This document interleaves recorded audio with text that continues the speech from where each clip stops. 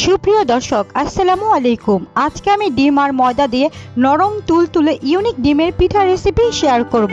এই অসম্ভব মজাদার ডিমের পিঠাগুলো দেখতে যেমন সুন্দর, তৈরি করাও খুবই সহজ। একবার এই পিঠাগুলো তৈরি করে পুরো সপ্তাহ জুড়ে খেতে পারবেন। চলুন তাহলে এই মজাদার ডিমের পিঠার রেসিপি শেয়ার করা যাক। প্রথমে একটি মিক্সিং বোলে নিয়ে নেব দুটি ডিম। ডিম যদি ফ্রিজে থাকে তাহলে আধা ঘন্টা আগে বের করে নিতে হবে। তারপর দিয়ে দিব 1/3 কাপ চিনি। এখন একটি হ্যান্ড উইক্সের সাহায্যে ডিম আর চিনিটাকে খুব ভালোভাবে মিশিয়ে নিতে হবে।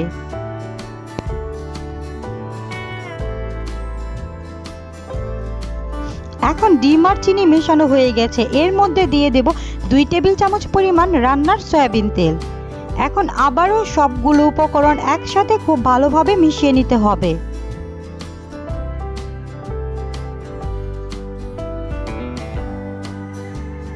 এই পর্যায়ে সবগুলো উপকরণ একসাথে মেশানো হয়ে গেছে। এখন এর মধ্যে দিয়ে দিচ্ছি একটি ছাঁকনি এবং ছাঁকনিতে দিয়ে দিচ্ছি 1 কাপ ময়দা, 1 চা চামচ বেকিং পাউডার, হাফ চামচেরও কম লবণ। এখন শুকনো উপকরণগুলোকে চেলে নেব।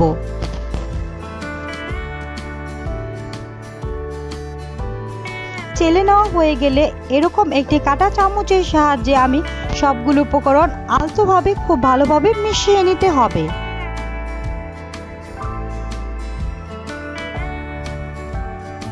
একটু সময় ধরে খুব ভালোভাবে মিশিয়ে নিতে হবে।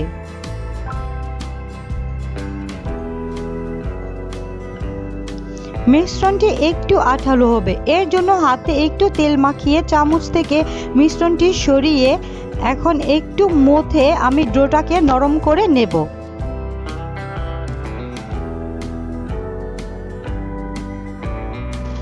এই পর্যায়ে আমার ডোটি একদম তৈরি হয়ে গেছে।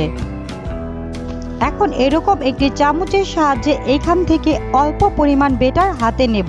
চামচের সাহায্যে বেটারগুলো হাতে নিলে সবগুলো ডিমের পিঠা এক সাইজের হবে। প্রথমে এইভাবে গোল করে তারপর হাতের মধ্যে নিয়ে ঠিক এইভাবে পিঠাগুলো তৈরি করে নিতে হবে। আপনাদের দেখে একটু বুঝে নিতে হবে আমি কিভাবে পিঠাগুলো তৈরি করেছি। এখন এই পিঠাগুলো ভাজতে চুলায় চলে যাব। চুলায় প্যানে আমি আগে থেকে তেল গরম করে রেখেছি। এই পিঠাগুলো বানিয়ে রেখে দেওয়া যাবে না, সাথে সাথেই ভেজে নিতে হবে এবং একসাথে আপনারা অনেকগুলো পিঠা ভেজে নিতে পারেন। 2-1 মিনিট ভাজার পর আমি পিঠাগুলোকে উল্টে দিচ্ছি। উল্টে পাল্টে গোল্ডেন ব্রাউন কালার করে পিঠাগুলোকে ভেজে নিতে হবে। 2-1 মিনিট ভাজার পরে পিঠাগুলো ফুলতে শুরু করবে। এইভাবে নেড়ে চেড়ে পিঠাগুলোকে অনবরত ভেজে নিতে হবে।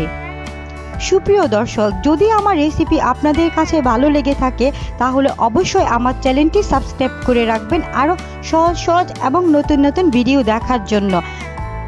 এক পর্যায়ে আমার ডিমের পিঠাগুলো ভাজা হয়ে গেছে। এখন একে একে আমি তেল ঝরিয়ে পিঠাগুলোকে উঠিয়ে নিচ্ছি। দেখুন মাশাআল্লাহ, পিঠাগুলোর মধ্যে কত সুন্দর কালার চলে এসেছে। এখন আমি একটি পিঠা ভেঙে শেয়ার করছি। পিঠাগুলোর ভেতরে কতটা নরম এবং স্পঞ্জ হয়েছে এবং খেতেও অসাধারণ মজার হয়েছে। আজকে এই পর্যন্তই। সবাই ভালো থাকবেন। আল্লাহ হাফেজ।